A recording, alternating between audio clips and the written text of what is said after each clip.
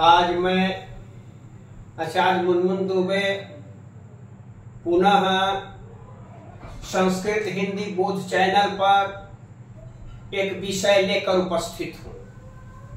बच्चों से, विद्यार्थियों से, अभिभावकों से मेरा नम्र निवेदन है कि उसको गहराई से समझेंगे तो बात समझ में आएगी। YouTube पर उतना विस्तृत से बताना संभव नहीं है, फिर भी मैं बता रहा हूं। उसको कॉपी पर भी लिखने का प्रयास करेंगे तो अच्छा रहेगा।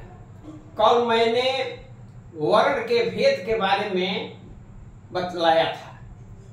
आज मैं उसी वर्ण के विषय में बताने जा रहा हूं, क्योंकि वर्ण के विषय में पूरी जानकारी जब हो जाएगी तब संधि का ज्ञान बहुत जल्दी हो जाएगा। तो वर्ण किसे कहते हैं? बच्चे बहुत कंफ्यूजन में रहते हैं कि भाई वर्ण किसे कहते हैं।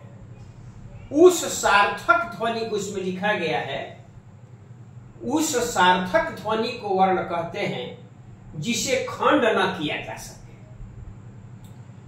उस सार्थक ध्वनि को वर्ण कहते हैं जिसे खंड न किया जा सके। तो इसके अंतर्गत स्वर भी आते हैं और व्यंजन भी आते हैं। तो स्वर में 13 स्वर हैं।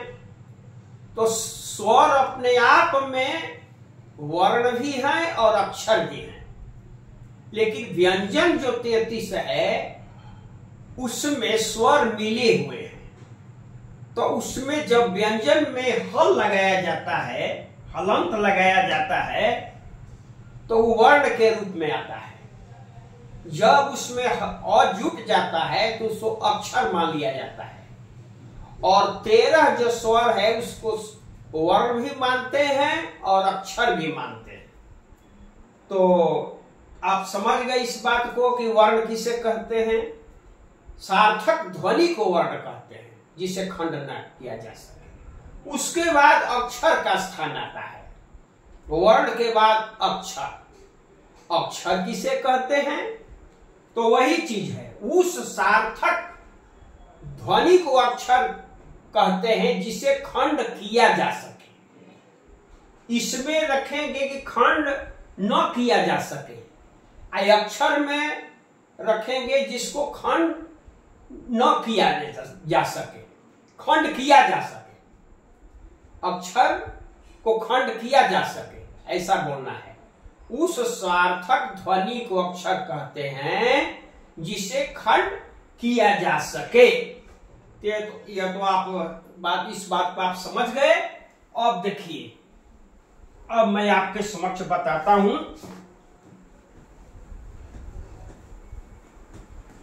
तो अक्षर का ज्ञान हो गया। अक्षर के बाद आता है शब्द। यहां लिखा हुआ है शब्द।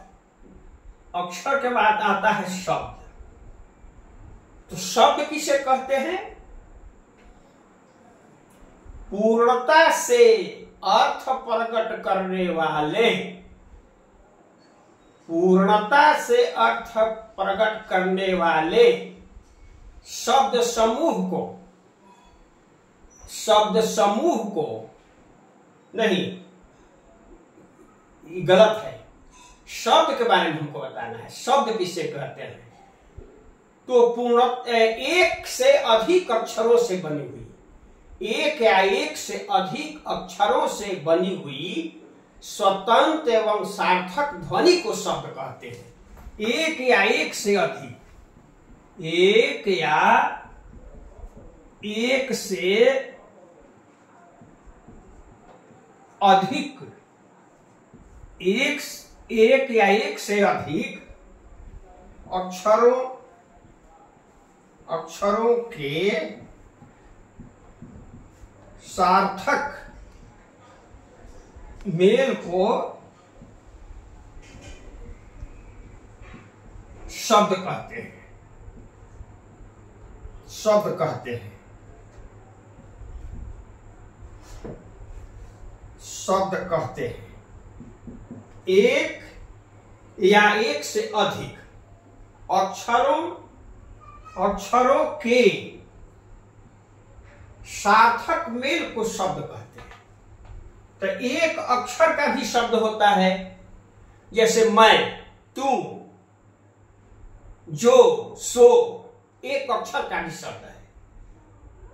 और दो का तो 3, 4, 5 जो भी आएंगे। इसे मोहन शब्द है, राम शब्द है, वह शब्द है, मैं शब्द है।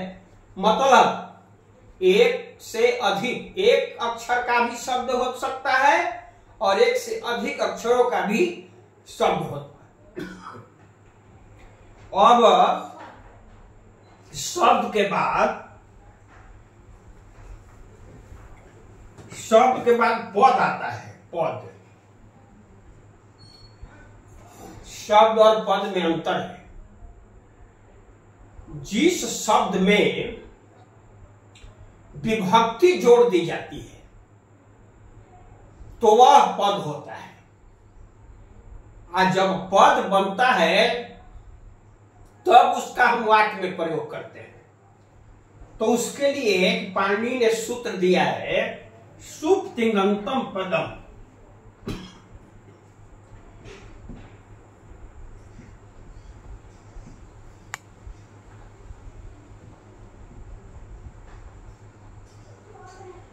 सुप तिङन्तं पदम।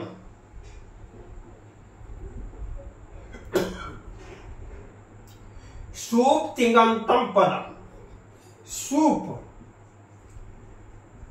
सूप क्या है? तो सूप में 21 विभक्तियां होती हैं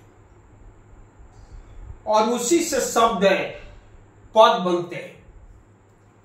जैसे है सु और जस, अम और सस, टाभ्याम भीस, एंगेभ्याम भ्यास, अंगसिभ्याम भ्यास, अंगस उसाम, इमी शुभ।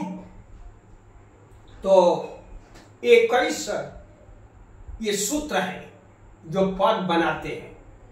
जैसे बालक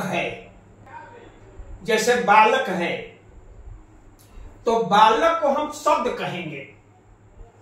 अब बालक जब होगा तो पद हो जाएगा। तो बालक में सुविभक्ति लग गई तो बालक पद बन गया।